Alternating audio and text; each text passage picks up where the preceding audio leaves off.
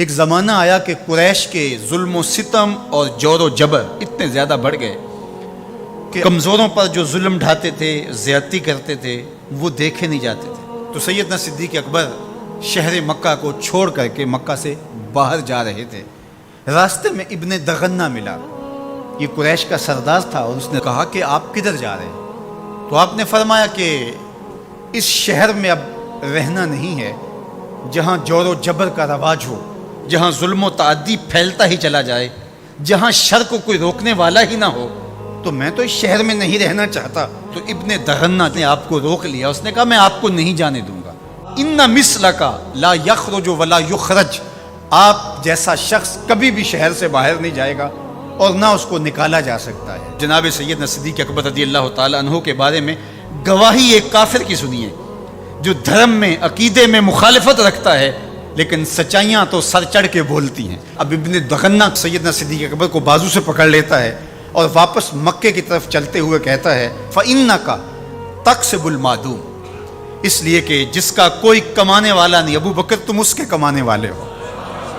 تم اگر تاجر ہو تو تمہارا مال تجارت جب بکتا ہے تو غریبوں کے چولہے جلتے ہیں، تو تم اگر چلے گئے تو غریبوں کے چولہے بجھ جائیں گے، شہر میں اندھیرا ہو جائے گا، لوگ فاقوں سے مر جائیں گے، تمہیں نہیں جانے دیں گے۔ دوسری بات وَتَصِلُ الرَّحِمَ، تم صلہ رحمی کرتے ہو، تمہارے رویوں کا جمال اور تمہارا طرز معاشرت اتنا خوبصورت ہے کہ لوگ رشتہ داروں کے ساتھ رویہ کیسے کرنا ہے تیری چوکھٹ پہ آ کے سیکھتے ہیں۔ تیسری بات وَتَحْمِلُ الْكَلَّ، جس کا کوئی بوجھ اٹھانے والا نہیں، ابو بکر اس کا بوجھ تم اٹھاتے ہو، اس کی ضرورت کو تم پورا کرتے ہو۔ وَتَقْرِي الضَّيْفَ، اور آپ مہمان نواز ہیں، اور وَتُعِينُ عَلَى نَوَائِبِ الْحَقِّ، اور آپ ان لوگوں کی مدد کرتے ہیں جو راہ حق کے اندر مشکلات میں گھر جاتے ہیں۔ اب وہ 5 باتیں جو ام المومنین نے حضور علیہ السلام کے بارے میں کہیں، وہی 5 باتیں ابن دغنہ نے حضرت صدیق اکبر کے بارے میں کہیں۔ تو اب یہ سمجھنے میں کوئی دیر نہیں لگتی کہ حضور نے اپنے غلاموں پہ اپنی سیرت کا رنگ چڑھا دیا تھا، اور ایسا پختہ رنگ تھا، ایسا پکا رنگ تھا جس کو کافر بھی دیکھ رہا ہے۔ وہ رنگ دور سے ہی دکھائی دیتا تھا کہ ابو بکر پہ بھی محمدی رنگ ہے، عمر پہ بھی محمدی رنگ ہے۔ اب آئیے ایک حدیث اور رکھتا ہوں، اور وہ ابو داود میں ہے، ترمذی میں ہے، اور سیدہ عائشہ رضی اللہ تعالی عنہا فرماتی ہیں، کہتی ہیں ما رأیت احدا کان اشبہ سمتن و ہدین و دلن و کلامن برسول اللہ صلی اللہ علیہ وسلم من فاطمہ، کہا کہ میں نے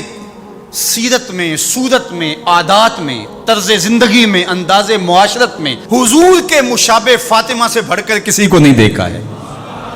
اگر حضور کی سیرت کا عکس کامل دیکھنا چاہتے ہو، اگر حضور کے جمال کا نقشہ مکمل دیکھنا چاہتے ہو، اگر محمد عربی کی تصویر دیکھنا چاہتے ہو، تو وہ فاطمہ بنت محمد ہے صلی اللہ علیہ وسلم۔ ابو بکر صدیق حضور کے رنگ میں رنگے ہوئے، سیدہ فاطمہ حضور کے رنگ میں رنگی ہوئی ہیں، اور وہ بھی حضور کی تربیت کا عکس ہیں، اور یہ بھی تربیت کا عکس ہیں۔ وہ بھی حضور کا رنگ اور یہ بھی حضور کا رنگ، اور دونوں ایک ہی سینے سے پھوٹتی ہوئی شعائیں، ایک ہی چمن کے مہکتے ہوئے 2 پھول، ایک کا نام فاطمہ ہے اور دوسرے کا نام ابو بکر ہے۔ اور اگر کوئی انگلی اٹھاتا ہے سیدنا ابو بکر پہ تو وہ حضور کی تربیت میں نقص نکالتا ہے،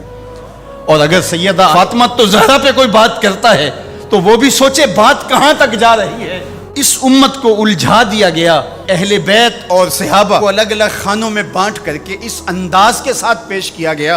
کہ جس طرح اہل بیت کے ماننے والے اور ہوتے ہیں اور اصحاب رسول کے ماننے والے اور ہوتے ہیں۔ ہماری محبتوں کا مرکز ذات رسالت مآب صلی اللہ علیہ وسلم ہے۔ اللہ کی محبت مقصود شریعت ہے، والذین آمنوا اشد حبا للہ، یہ قرآن بتاتا ہے ہمیں، لیکن یہ محبت بھی ہمیں اس در سے ملی ہے۔ تو اس لیے ذات رسالت مآب جب مرکز محبت ہوگی تو پھر یہ جھگڑا کبھی بھی نہیں ہوگا